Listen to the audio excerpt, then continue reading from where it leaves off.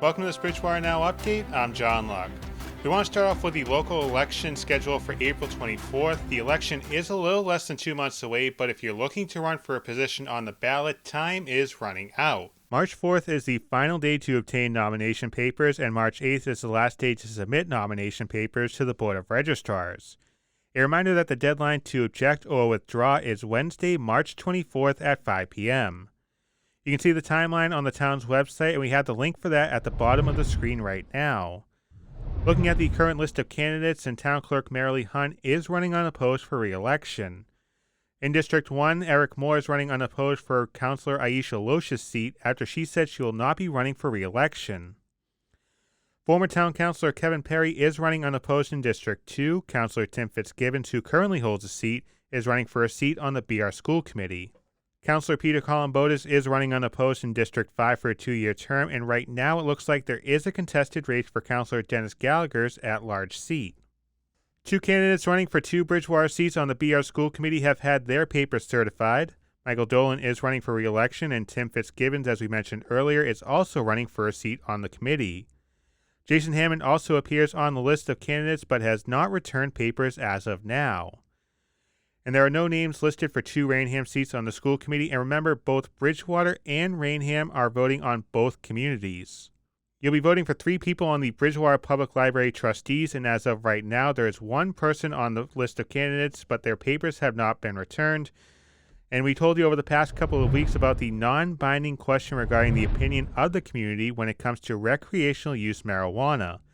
It's a simple yes-no question asking if the public will support allowing retail sale of recreational marijuana here in Bridgewater. So this is a decent amount of information regarding the town election coming up on April 24th, and for more information you can visit the town's website, bridgewaterma.org. The fire department has received a grant from the state for fire education. $5,281 was awarded for the Student Awareness of Fire Education Program, better known as SAFE, and $2,680 for the Senior SAFE program. Funding for these programs allow for trained fire educators to work with classroom teachers and seniors to deliver age-appropriate lessons on fire and life safety.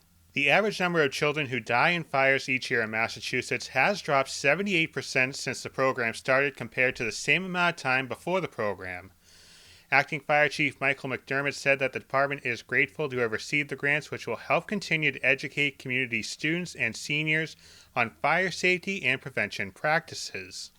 The BR Marching Band has received a special invitation. The band was selected as the lone Massachusetts representative at the Lincoln Memorial Centennial Celebration taking place next year. The group was recommended by state and local educators and reviewed by the selection committee.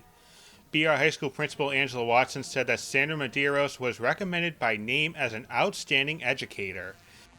In an email sent to parents, Ms. Watson said that this memorial, more than any other, is a reminder of the strength of a nation built on the foundation of liberty, unity, and peace. She goes on to say, quote, "As the principal of Bridgewater Rainham High School, I am beyond proud and would like to extend my sincere congratulations to Ms. Medeiros and all of our students who made this possible. You have once again brought pride and honor to our district." And this isn't the first time the marching band took a trip to D.C., as back in 2017 they went down to participate in the Parade of Heroes as a part of Veterans Day ceremonies. It's due to our performance that we had down there 5 years ago when we took the band down there, and they enjoyed our performance and our group and wanted us back. Kudos to all of our student musicians, and also kudos to you and all of the wonderful music teachers and within our music program, K-12. I think over the course of the last several years, what you've done to really build that program back at the high school is phenomenal. So thank you for all of your efforts. And thank you to all of our band parents as well for all of their support. They're incredibly supportive. The band, the junior music boosters, the music boosters at the high school. So we appreciate all of you. And we offer our congratulations to the BR Marching Band. At the end of the last edition of the Bridgewater Review, we shared how you can take part in remembering the most unique one-year span.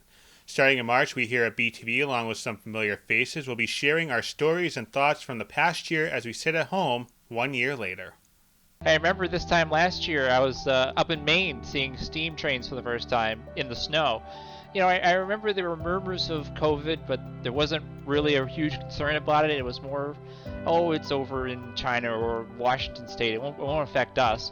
And well, little did we know at the time we'd be heading down to Philadelphia for the BTV tournament down there and with basketball, and we'd come home and well, the world changed forever, really. Well, working from home certainly has its advantages and its disadvantages. For one, I absolutely love the commute of my bedroom to my bedroom. No traffic lights, no cars to wait behind, no trains to sit in. It's been great. But for me, I can't complain. I know for a lot of other people, their world was flipped upside down. My hope is that we remember that it's okay to slow down once in a while. It's okay to allow some time and space for ourselves and for those we love and those we care about the most. And when we are able to cherish those times together, I think it's safe to say we have grown a new appreciation for being able to do the simple things. Through March 13th, you can send in a video or email talking about your experiences and stories from the past year. Whether it's working from home or school at home, are there any positives to come out of the past year? And what's the first thing you're going to do when things eventually get back to normal? You can answer any or all of these questions, or you can add your own spin to it.